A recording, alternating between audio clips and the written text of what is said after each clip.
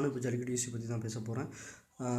First of all youngsters, students, ladies and childrens எல்லாருமே போராடிட்டு இருக்காங்க. எல்லாத்துக்குமே ஃபர்ஸ்ட் ஆஃப் ஆல் என்னோட சல்யூட்.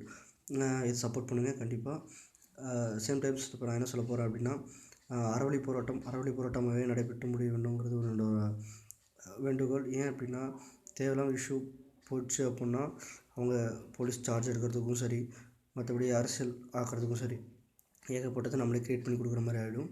ஸோ தயவு செஞ்சு அறவழி போராட்டமாகவே நடைபெறணுங்கிறது வேண்டுகோள். அது மட்டும் இல்லை, இன்றைக்கி ஒருத்தர் என்னை பார்த்து, ஏன்ப்பா ஜல்லிக்கட்டுக்கெலாம் இவ்வளோ தூரம் போராடிட்டு இருக்காங்களே, இந்த ஒரு விஷயத்துக்காக இவ்வளோ போராடுறாங்களா அப்படின்னு ஒருத்தர் என்னை கேட்டார். எனக்கு ரொம்ப ஷாக்கிங்காக இருந்தது. ஏன்னா நிறைய பேர்த்துக்குன்னு சொல்ல முடியாது, சில பேர்த்துக்கு இதை பற்றி புரியல. ஜல்லிக்கட்டு அப்படிங்கிற ஒரு விஷயத்துக்காக மட்டும் நம்ம போராடலைங்கிறது நம்ம ஸ்டூடெண்ட்ஸ்க்கும் யங்ஸ்டர்ஸ்க்கும் நல்லா தெரியணும். இதுக்கு பின்னாடி மிகப்பெரிய அரசியல் இருக்குது. அதில் சில மாற்றங்களுக்காகவும் தான் நம்ம போராடிட்டுருக்கோம். நான் என்ன சொல்ல வரேன்னா, இதை முடிஞ்சவங்களால் இப்போது மாடு வச்சுருக்கவங்க, கன்று வச்சுருக்கவங்க, வீடு, தோட்டம், தோட்டம் தண்ணி இருக்கிறவங்கலாம் கண்டிப்பாக மாடு வளர்க்க முடியும் அப்படிங்கிற ஒரு சூழ்நிலை இருக்கவங்க அட்லீஸ்ட் நாட்டு மாடு, ஒரு மாடு 2 மாடுகளாவது வீட்டில் வளங்க. அதே மாதிரி நாட்டு காளைகளும் கண்டிப்பாக வளங்க. இப்போ நாட்டு காளைகளோட எண்ணிக்கை ரொம்ப ரொம்ப ரொம்ப கம்மியாக தான் இருக்குது தமிழ்நாட்டில். ஸோ இதை வளர்க்கணும். அப்போ தான் நம்மளோட வளர்ச்சியும், அந்த ஜல்லிக்கட்டுங்கிற ஒரு விஷயம் ஆரோக்கியமாகவும் ரொம்ப வருஷத்துக்கு ட்ராவல் பண்ணுங்கிறது ஒரு விஷயம்.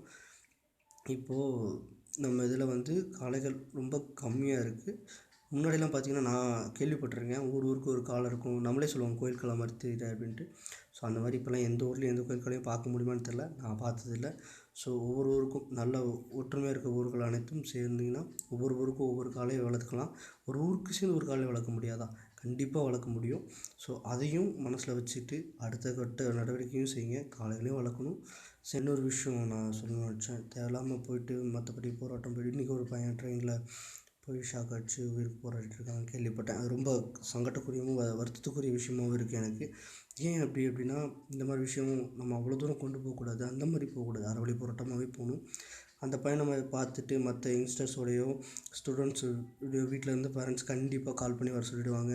தேவையில்லாத இஷ்யூ ஆகிடும். இதுவே அவங்க ப்ராப்ளம் ஆக்கி இந்த மாதிரி தப்பு போகுதுன்னு சொல்லி கண்டிப்பாக கலைக்கிறதுக்கும் சான்சஸ் இருக்குது.